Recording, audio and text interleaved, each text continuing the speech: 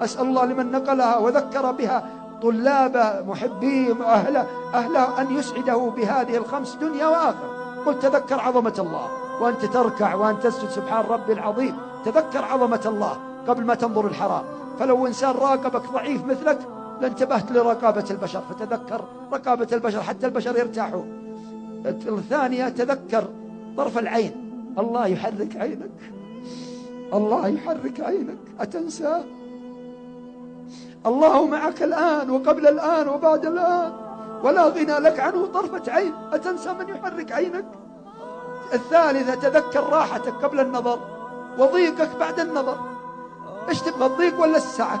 الله من أسمائه الواسع، إذا أطعت وسع صدرك، أوسع مما بين المشرق والمغرب، بل إذا أصبحت من المقربين ما عاد تسعك الأرض، يجعلك كما قال تعالى التائبون العابدون الحامدون السائحون، يجعلك تسيح بروحك في السماء، تصبح صاحب سمو ملائكي، تحلق في السماء، يذكرك الله، يجري لك المراسيم، يا جبريل إني أحب فلان ابن فلان فأحبه، فيحبك جبريل، ثم ينادي جبريل يا أهل السماوات إن الله يحب فلان ابن فلان باسمك واسم أبيك، يناديك سبحانه، ثم يضع لك القبول في الأرض. والعكس بالعكس، فرعون كم نلعنه لأن الله وضع له البغضاء في الأرض، أبو بكر رضي الله عنه، عمر رضي الله عنه، عثمان رضي الله عنه، علي رضي الله عنه، الصحابة رضي الله عنهم، لأن الله أحبهم ووضع لهم القبول سبحانه في الأرض. والخامسة والرابعة تذكر قول الله ابن آدم خلقت لك عينين وخلقت لهما أبوابا. كم في عينك أبوابا؟ بعض من الناس ينبهر عند باب زجاجي إذا جاء قرب حولها انفتح، لو لم ينفخ الله فيك الروح ما انفتح الباب هذا الزجاج. ولو لم يخلق الله العقل ما صنع الباب، لو لم يخلق الله العقل ما طارت طائرة ولا سيارة ولا سار السيارة. أفلا نطير إلى الله بأرواحنا فوق الطائرات؟ جعفر الطيار أين طار؟ بعقيدته وتوحيده وإخلاصه لله جل جلاله وإقباله على الله سبحانه.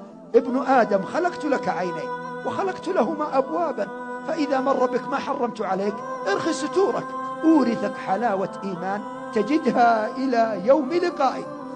والخامسة تذكر أن كل عين باكية يوم القيامة، وجوه يومئذ خاشعة عاملة ناصبة. حتى عجوز قبل فترة تبكي، إيش فيكي؟ قالت ما شفت نهاية التمثيلية. سبحان ربي، يبكي عند الزلزلة والقارعة، ما تبكي عند تمثيلية كذب من أولها إلى آخرها. تعلقي بالله، أنت في آخر عمرك، لا ارفعي يديك إلى الله، أنت تنتظرين ملك الموت صباحا أو مساء، تقدمين على قبر على مد بصرك بالتوحيد والتوبة والإخلاص لله جل جلاله. تفكر القبر أنها مثل غرفتك 3 أو 6 فيها 4، القبر على مد البصر، لكن بالعمل الصالح الخالص، الصواب والتوبة والصلاة، فإنها تسبقك إلى القبر، والقرآن يسبقك إلى القبر. عندك من قرأ سورة الملك، تبارك الذي بيده الملك وهو على كل شيء قدير، الذي خلق الموت والحياة ليبلوكم أيكم أحسن عمل. من قرأ هذه السورة كل ليلة أمنه الله من عذاب القبر كما في الحديث الصحيح.